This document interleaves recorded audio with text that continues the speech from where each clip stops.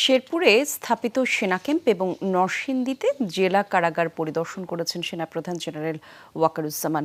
সকালে হেলিকপ্টার যোগে শেরপুরে স্থাপিত সেনা ক্যাম্পে পরিদর্শনে যান তিনি। পরে সেনাদের কার্যক্রম নিয়ে ব্রিফ করেন।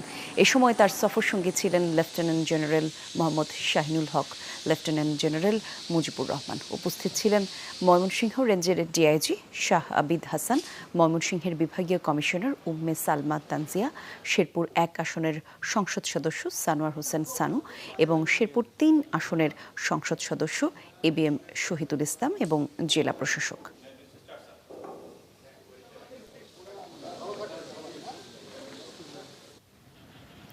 নরসিংদীতে দুর্বৃত্তদের হামলায় ক্ষতিগ্রস্ত জেলা কারাগার পরিদর্শন করেন সেনাপ্রধান।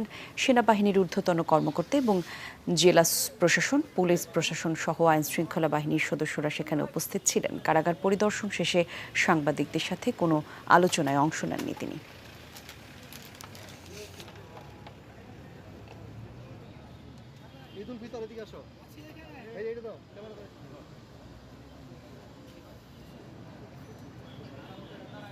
হ্যাঁ